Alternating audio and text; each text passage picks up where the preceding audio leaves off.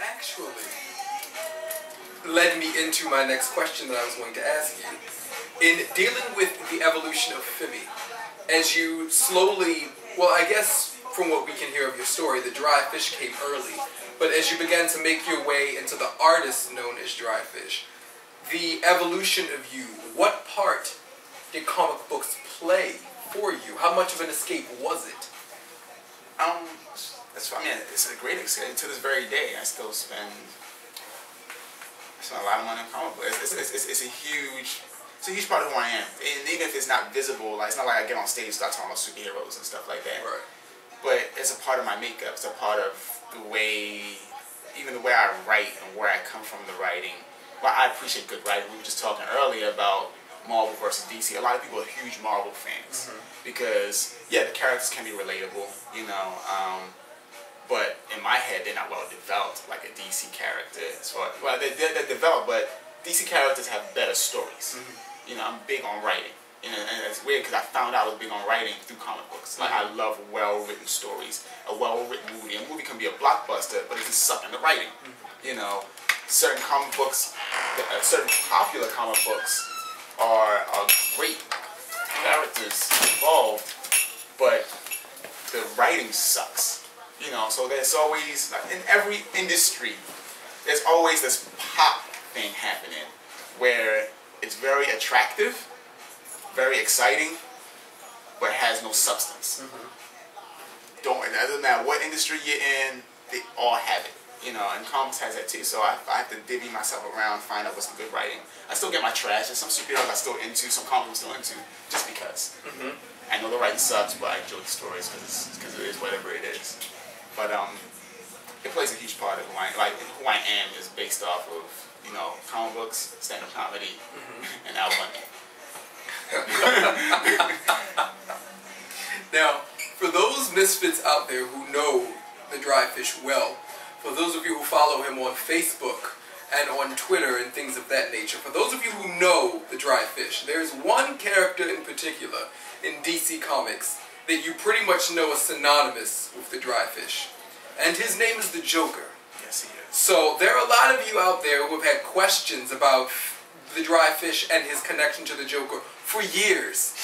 Here at eXcapethematriX, we will finally attempt to answer those questions for you. The Joker, what is the connection? Wow. To even explain that, you'd have to, let me see what my life would be. The Joker, an enigma, off the top. And this if you collect comic books. We're not using the animated series. We're not using any past cartoon. We're not even using Jack Nicholson. The closest we can use as a personality to the Joker is Heath Ledger's Joker. Like, Heath Ledger's Joker, Jack Nicholson's Joker played the look. Heath Ledger's Joker played the character. Like, so well detailed that I was like, wow, they really, really put some work into this character to show you that it's not about his best case scenario. What the Joker does with Batman is why the whole thing here is this between Batman and the Joker is, you don't believe in killing.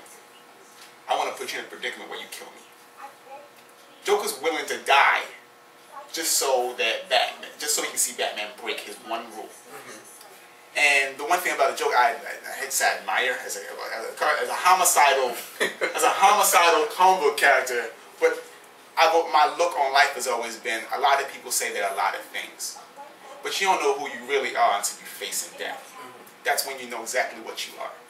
You know, people say they don't eat pork, but if there's no food around, there's a pig in front of you, there's a high probability you eat pork. You know, just everybody has these things, and we like to dress ourselves up really nice and pretty, and say we're this and we're that and we're this and we're that, and we want to cover up a lot of the ugly part of us because we don't want to see that. We're salespeople. We're selling cars here. We're selling cars. Drape the lemon in something pretty, you know. And the whole concept of the Joker is whatever you think you are, I can unveil what you really are, you know. And I've admired. I mean, I admire the writing behind it. I admire the concept of that because I don't believe. You know, people say, oh, I can't believe he was a killer, or I can't believe he was going to do this, I can't believe he was going to do that. You know, why? You know, why would you not think that if you unless you know them well, if you know them well, you would know that we're all capable of anything. Any man that said he would never take a life, there's a predicament where you might. There's a high probability there is a predicament where you probably will.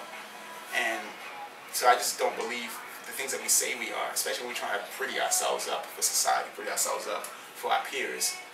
I truly just believe personally that we're not. You're probably not. So which is it that you admire more? Do you admire that the Joker is himself, no matter what? He is the Joker. Or do you admire what he draws out of others? Which more do you admire the most? I think it's what he draws out, what he's trying to draw out of others. Because the way they write him in the comic book is slightly different. I mean, that's slightly different, but the results, Batman still is not taking a life on purpose. There's been a oops, oh, he's dead, you know, but it's never been an intentional, I'm going to kill him. And he's tried, I can tell you horror stories of comic books of what things that they've let the Joker do in comic books to try to get Commissioner Gordon to kill him. Like, he shot Commissioner Gordon's daughter in the stomach, severing her spine, and stripped her naked, and took pictures of her, and gave them to Commissioner Gordon. He kidnapped Commissioner Gordon and put him in a fun house to see different pictures of his daughter, but naked, bleeding to death, you know. And then he kills Commissioner Gordon's wife later on, in hopes that Commissioner Gordon would just kill him. There was his whole thing is, I want chaos. Chaos reigns. The only thing about Joker is that he wants complete chaos. I'm not a huge fan of complete chaos. I like the fact that he, this is sounding really bad if I'm saying this, but he's challenging, his concept is that I can challenge you, I'm gonna push you as far as I can to see who you really are. You know, and I think even about our relationships when we're dealing with, you know, whomever we're trying to be intimate and close to. Real in reality, what we like about each other is not what's going to keep us together. So the challenge of even person-to-person relationships is when we push them far, who's going to be here? Those who tell you they love you, who's going to be here on your worst moment? Right. You know, who's going to really stick up for you, you know, when you do the worst thing ever, where they still love you? Will they still care for you? Even if they don't like what you did, will they still love you? Will they still care for you? And you'll find out that, you know, that word love ends up being dated, ends up having, I take my love back. Put it back in my pocket. Didn't know you was going to do that. Right. So, I just think the concept of life is, you know, we should pretty much kind of be a little more open to who we really are, like, and embrace the bad stuff, you know, like, accept that it's there too. And if you want to work on it, if not, at least acknowledge it exists. We hide behind a lot of stuff, and it gets drawn out through situations. But I'm kind of rambling right now. I have no idea if I have a basis of my response. But the things that I found the most interesting, there was a show that I watched right before the last Batman movie came out, The Dark Knight. They had a special that came on. I can't remember what channel it was, but it was talking about, from the psychological point of view, I'm not sure if you saw it, the villains as opposed to Batman.